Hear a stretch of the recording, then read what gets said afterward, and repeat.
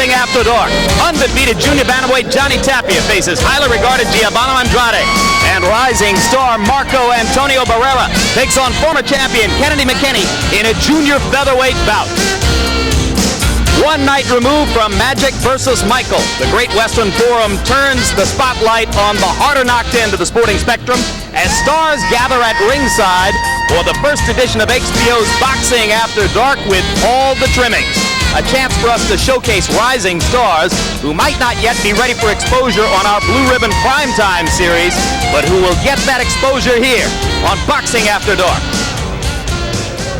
Hello again, everybody. I'm Jim Lampley. We welcome you to this first installment of a series that we hope is going to provide you over these next few years with a lot of entertainment, late night entertainment that is all action and not very much talk. Here to talk a little bit with us, 168-pound world champion, regarded by many as the best fighter in the world, and the man who's going to be the full-time expert commentator for Boxing After Dark, Roy Jones Jr. And Roy, in the second fight of the evening, you're going to be seeing an old friend of yours because 8 years ago in Seoul, South Korea, when you didn't get an Olympic gold medal in that controversy and injustice of the decision in your fight, Kennedy McKinney did get a gold medal. A lot of water under the bridge since then. He's now 30 years old.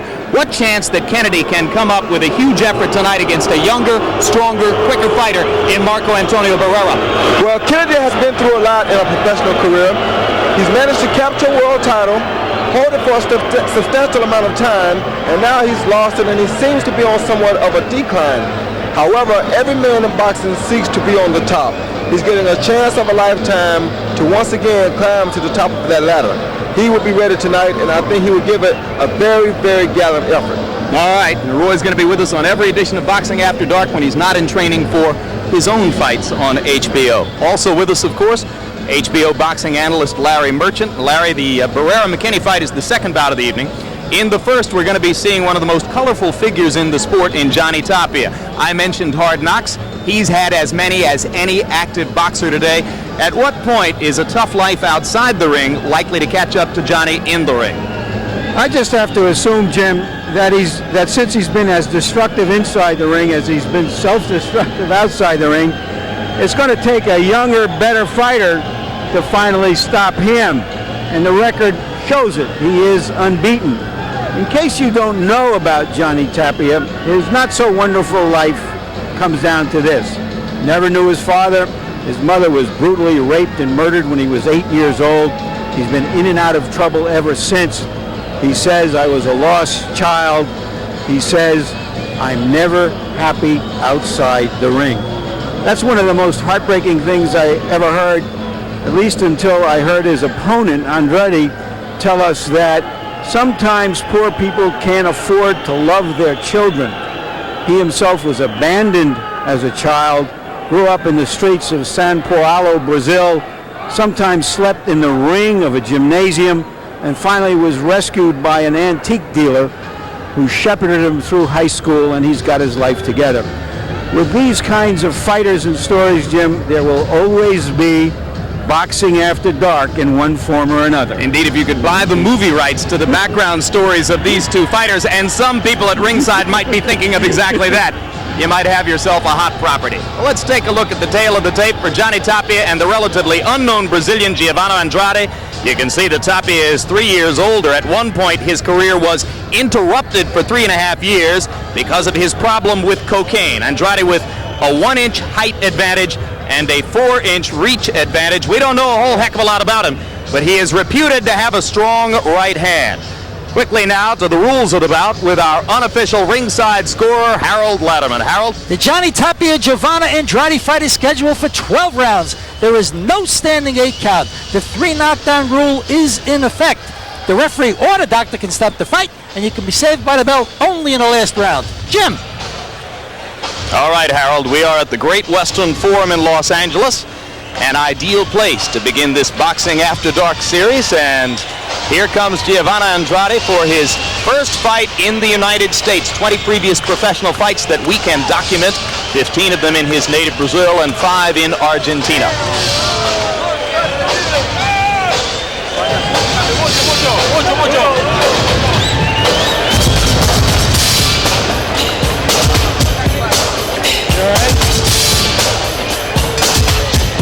Andrade's hometown of Sao Paulo, Brazil, has a population, we're told, of 20 million.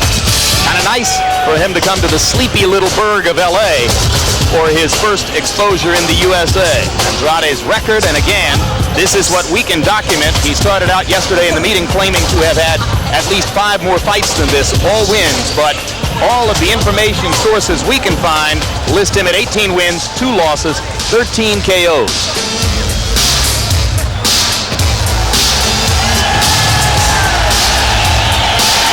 And now here comes the popular Johnny Tapia.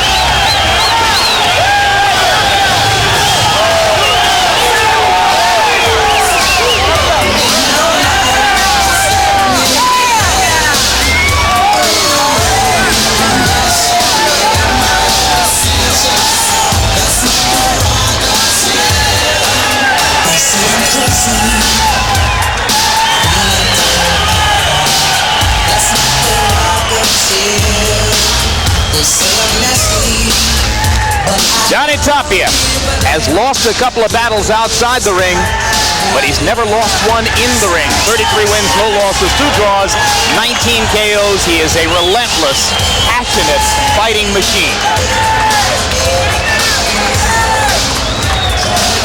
And before we go to the ring announcer, and you see Ray Leonard, who now owns a piece of Johnny Tapia, giving him a hug there. Before we go into the ring announcer, Michael Buffer, Larry Merchant, your words on an important subject in boxing this week.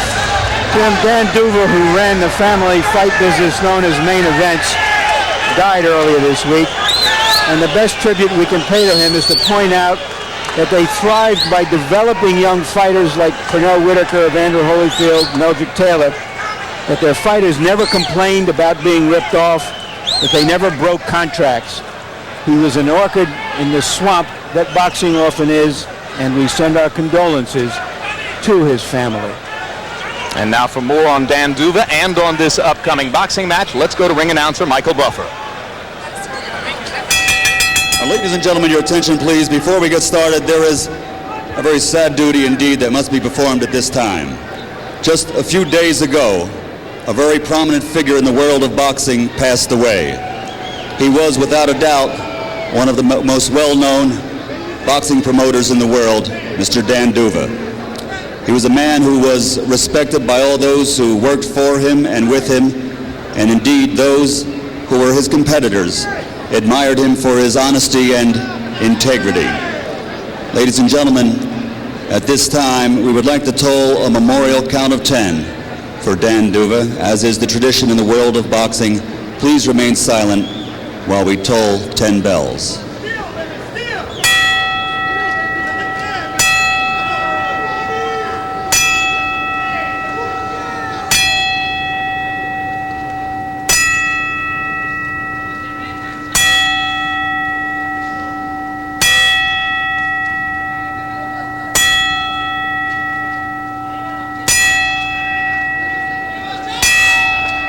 We'll miss you, Dan. Rest in peace.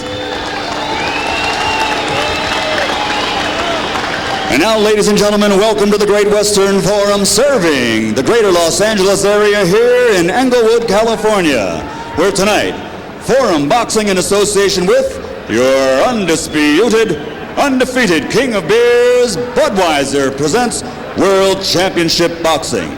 This bout is sanctioned by the California State Athletic Commission Chairman William Eastman, Vice Chairman, Hall of Famer from the NFL, Mr. Willie Buchanan, Commissioners in attendance, Kim Wilshans and Andrew Kim, Executive Officer Richard DeCure. The timekeepers are Aaron Koslow and John Lichty. Your physicians at ringside are Dr. Robert Carnes and Dr. Paul Wallace. This bout is also sanctioned by the World Boxing Organization. President and supervisor at ringside, Francisco Barcasel. The 3 judges scoring this bout on a 10-point must system will be Dave Nelson, Horacio Bacamon, and Tomas Vasquez. And when the bell rings, the man in charge of the action, referee Raul Caiz. And now, ladies and gentlemen, from the Great Western Forum, 12 rounds of boxing for the WBO Junior Bantamweight Championship of the World. Introducing first, Fighting out of the blue corner, wearing white trimmed with gold and weighing 115 pounds. His professional record, 18 victories with only 2 defeats, 13 of his 18 victories by KO. Ladies and gentlemen, from Sao Paulo, Brazil, introducing the #1 ranked challenger in the world, Giovanne Andrade.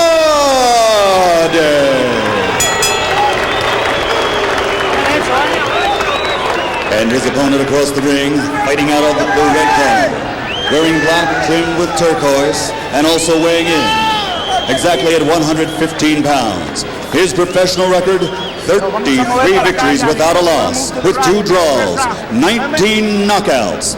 Ladies and gentlemen, from Albuquerque, New Mexico, presenting the undefeated WBO Junior Bantamweight Champion of the World, the baby-faced assassin, Johnny Tapia.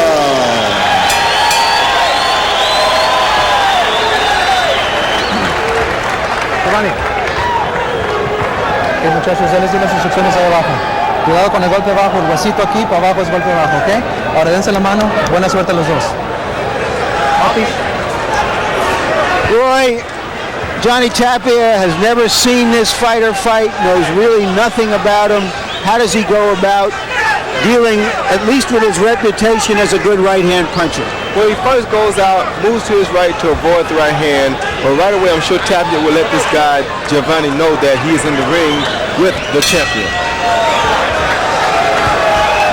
They touch gloves, and round 1 begins between Johnny Tapia and Giovanne Andrade.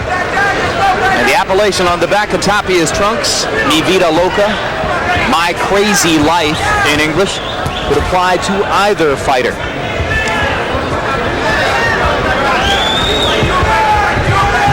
Tapia is a guy who can really have a lot of respect for the position that he is in now. He's been through the worst things that he probably could have been through, and now he's back at the top and he realizes how great it is to be at the top.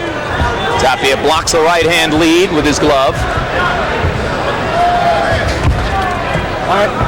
Even when he's not punching, Tapia is a constant blur of motion. Good head movement, the shoulders are rolling, the hands are popping as he gets ready to throw. Andrade, a little bit more conventional in there. My assumption is that Andrade's left shoulder is turned too far to the front.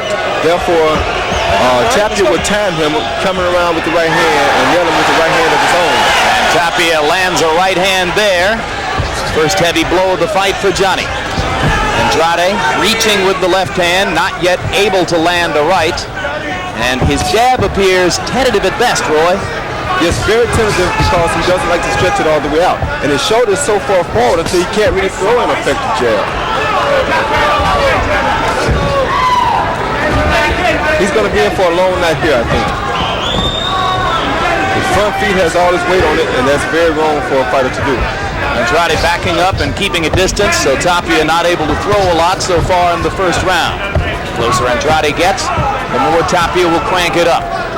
Are you saying, Roy, that he's an unorthodox fighter? Because many people have accused you of that. Very unorthodox, but I don't keep my weight on my front foot. My weight stays either in the middle or behind. Enables you to generate more power. That's right. That's why I can knock him out from all angles. This guy only can knock you out with the right hand because his front foot is almost flat at times. Andrade stepping in closer and trying to get a little bit more on the jabs.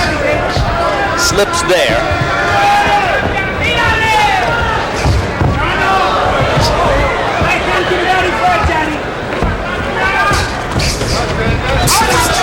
Johnny Tapia with a hard right hand in the middle of Andrade's chest. Andrade performs like a guy who doesn't have very much experience. No experience here in the USA. All of his fights, as we told you, in Brazil and Argentina. So far, Johnny Tapia has been content to wait for his opportunities and try to capitalize with power punches. That was the right hand that I was speaking of, that Tapia should try to catch him with. He almost timed him coming from that back shoulder with his own right hand.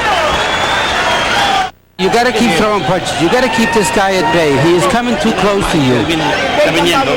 He's getting too close to you. You need to jab more. He says he's slipping. He doesn't have a blade to. You need to scratch it. Everything okay, John? Very good. He won the first round already. First round is at home. Just be careful with the right hand. That's all. Stay with the right hand. Stay there. Start it off his mouth. Okay, baby. Make sure it's off. I got it.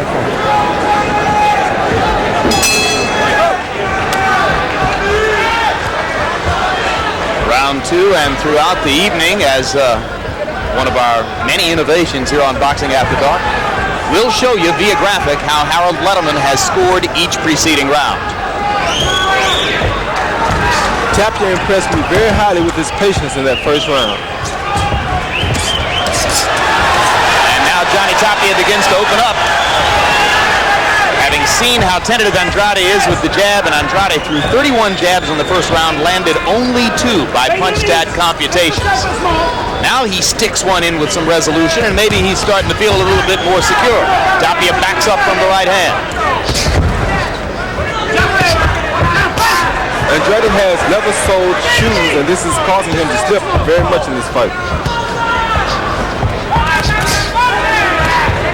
The key mystery in Andrade's outfit is why he has a flag of Korea on the back of his trunks. The flag of Brazil we can understand, but on the back left there's a flag of Korea, and frankly, I wasn't warned about that. Hard right hand by Tapia as Andrade moves away.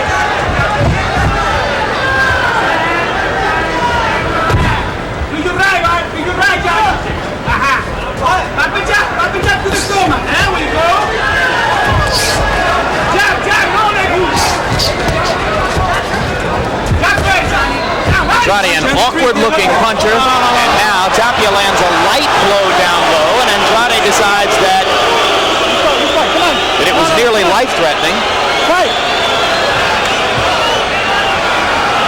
Takes a few seconds off and then decides to come right back. Referee is Raul Cais. Counter right hand inside by Tapia. Andrade is woozy. Tapia got an opportunity as Andrade was missing with one of those lefts, and he knocks him down. That was a slip. I think that was a partial slip too, Roy. And you could see his shoes slide out from under him. Okay, vamos. You ever wear leather-soled shoes, Roy? No, because I know that they slip very badly. Another low blow. Another low blow by Tapia, and again, Andrade is badly hurt by this one. Harold Letterman, what's the rule? Well, if the referee doesn't recognize a low blow, this kick, Johnny Tapia wins by a TKO. I mean, the referee has to call it the shot low.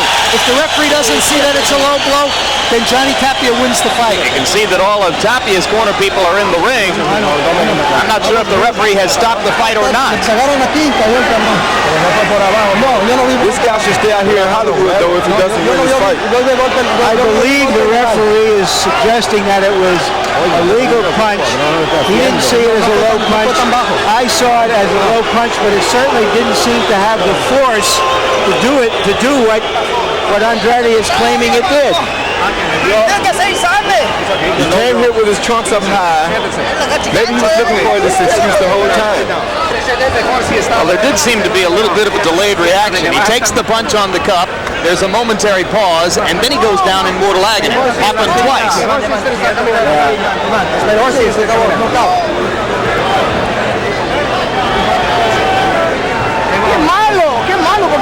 Anybody see any official signal that the referee stopped this bout? Roy, Larry, you see anything? No, I thought the referee did signal the end of the bout when he came in. Knockout, I didn't see a low blow.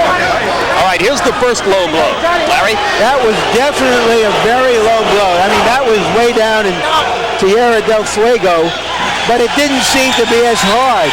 Now let's see this last one.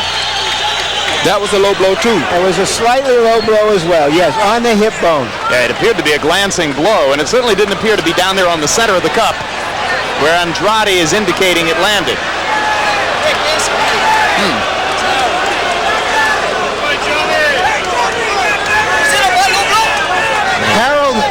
How did you see it? Well, Larry, listen to me a second. If a fighter is pulling the other fighter's head down and the guy throws a punch, how in God's name can't the shot go low? In other words, Andrade, on the first low blow, Andrade definitely had Johnny Tapia behind the head. At the same time, Tapia let go of the punch, which he was aiming for the body, so of course it was going to go low. You can't call that a low blow because Andrade was committing a foul by pulling his head down.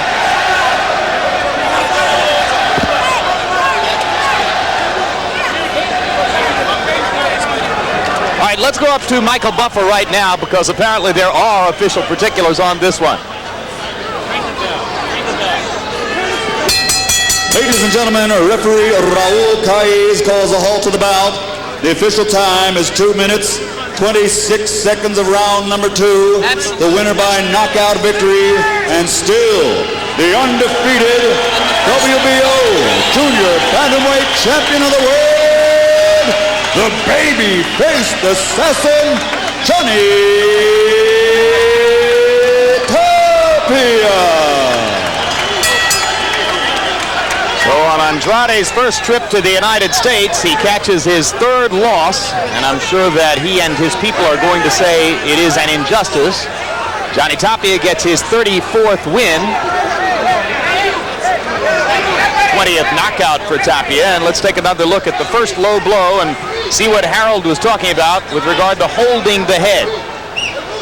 Yep, hand behind the left hand behind the head. Harold is definitely right. This pulls the top of the guy's body down lower, so his punch comes at a lower shot than it's supposed to. That was the first low blow. And this is still the first low blow and an overhead look at Andrade holding Johnny Tapia's head. And now Larry stands by in the ring with the man who's been judged the winner, Johnny Tapia. Johnny, were those low blows, both of them? I don't know, I was just shooting punches to go to his body, but he would try to duck on me. And I like to give a lot of thanks to the Lord, you know. In the first knockdown, it looked like he was pulling your head down. Was that the reason that went very, very low, do you think? Yes, that was the whole situation because he would duck me. Once I hit him with a good shot and hurt him, he started to grab my head and pull me down. Did you think, whether or not the punches were low, that they were hard enough to put him in the kind of agony he appeared to be in? He was faking. He was scared. He's been trying to hug me. He's been holding my hand. I don't say nothing bad. I'm glad he's okay. All right, let's take a look at this last knockdown, and you describe what you see. Oh, see, I went at him and I hurt him with the jab. See, but now I was going to go finish him. I jabbed him again. Well, he'll try to grab my head now. You'll see it when he tries to get me. This is Ryan Day. That was right there, a good body shot. Ryan Day. All right, you've said, Johnny, that every time you fight a fight, that it makes up for some kind of problem in your past. How does this feel? It feels good. I'd like to give a lot of thanks to Bob Bell, the greatest promoter, that helped me, stuck with me through thick and thin, and also HBO for guiding me and giving me an opportunity. What do you see next for yourself? I let that to Mr. M. Whatever he tells me to do, I'll do it. Quickly, Bob, what do you see is next? Well, sure, the fight that everybody wants to see is Johnny against Danny Romero. Yeah, Johnny got a hell of a manager in Sugar Ray Leonard, and maybe he can persuade the Romero people to take the fight. All right, let's talk to Sugar Ray Leonard in his role as a manager. I don't think I've interviewed in the ring in this role yet. Nice to see you again, Ray. Give us your feelings about Johnny Tapia and what he can still accomplish in boxing. I think it's impressive what he's done thus far. He's made an incredible comeback from a personal standpoint, and now he's in the ring. He's very serious, Larry. And I think, like, to reiterate on what Bob said, the fight that people want to see is Danny Romero and Johnny Tapia. How have you tried to talk to him, to deal with him, and to try to keep him focused on his prize fighting because of the unrest that he's had from his background? Well, being more than just a co-manager, to be a friend, to be a listening box for him, because a lot of things that Johnny wants to express to people, I've been able to comprehend with that, and it's a good relationship, it's good chemistry, and it's like giving back too. Thanks a lot, Ray. And let's now talk to Giovanne Andrade, and here he is with our interpreter. Giovanne, Tell us what happened in your view in this fight. Yo venía muy bien en la pelea. Johnny me agarró, sabe que no se puede jugar, hacer una pelea tan mal. Me pegó abajo una cachetada, que me pegó un golpe bajo, te vas a mirar el tape, pero no se puede. Yo no quiero revancha con él, seguramente. Yo venía bien, yo quiero pelear, yo quiero ser campeón. I came real well into the fight. I was doing real well, but Johnny hit me a low blow. You can't hit a low blow. I like a rematch. We'll make this over again. He says that that you were pulling his head down, and that's why he hit you low. What is your response to that? Él dijo que tú le Yes, and take a look and watch. Le vamos a hacer el tape. Tú le bajabas la cabeza así y por eso fue que él te dio. No, no bajaba la cabeza, me agarró feo. Ahí está el tape, ahí está el tape. Yo no quiero revancha con él. Esa fue la primera vez. I want a rematch. That was the first low blow. Esta es la primera vez, esta es la segunda vez. That was in the first low. Quiero revancha con él, yo quiero. Rematch. That's what I'm going to say for it. All right, now here once again is the second low blow. This one is around Tierra del Fuego, he thinks. How does he view it? Ahora viene el segundo y ese fue bajo. ¿Qué tú crees? Yo quiero, míralo. Ahí está. You can see it, look at it. Aquí, míralo, ahí está. It looked like in the borderline. It looked like on the borderline, you admit. Is it possible you have some kind of a problem with your cup? ¿Algún problema con el protector que no te pudo proteger todo? No sé, pero está bien el protector. Está bien, pero el segundo se cup is perfectly well. The second low blow was really flagrant. Thank you very much. Jim? All right. Thanks very much, Larry Merchant. Roy Jones, let's give Andrade the ultimate benefit of the doubt. Go as far as we can. Any way that either of those two blows could have damaged him as much as he appeared to be damaged? No way. Neither of these blows even hit the mark. You know what I'm saying? I mean, he came in with his trunks high. The referee should have told him early. He should have warned him and said that I'm not counting these shots low because his trunks were so high. Anytime you come in with your trunks that high, you're looking for a reason to quit anyway. So, I mean, if anything, Andrade, he could stay out here and try, for a role somewhere in Hollywood for a movie because it's basically a big action show. Well, what about Raul Caiz stopping the fight? And incidentally, we're not allowed by the California State Athletic Commission to interview the referee, so we can't hear what Caiz has to say about it. It seems to me that it's possible they should be still fighting if Andrade had thought that at some point he could have continued. I don't know. I think the referee saw that Andrade really didn't want to fight, and Andrade got down on the floor and started kicking like he's throwing fists and all. He's not going to get up, you know what I'm saying? And the ref probably felt the same way, so why even waste his time? Everybody wants to see Johnny Tapia against Danny Romero. What kind of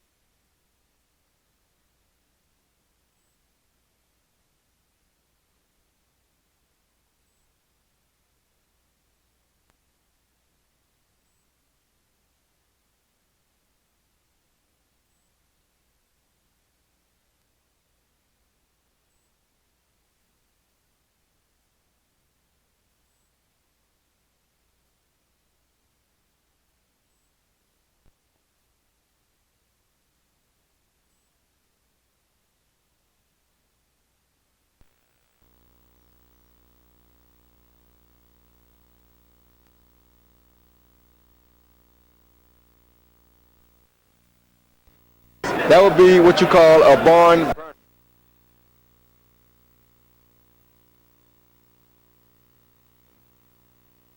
Probably felt the same way, so why even waste his time? Everybody wants to see Johnny Tapia against Danny Romero. What kind of a fight would that be? That would be what you call a barn burner. That would be sensational An indeed. excellent fight. Coming up here, the second half of our Boxing After Dark doubleheader, Marco Antonio Barrera of Mexico City against Kennedy McKinney, former Olympic gold medalist from here in the United States.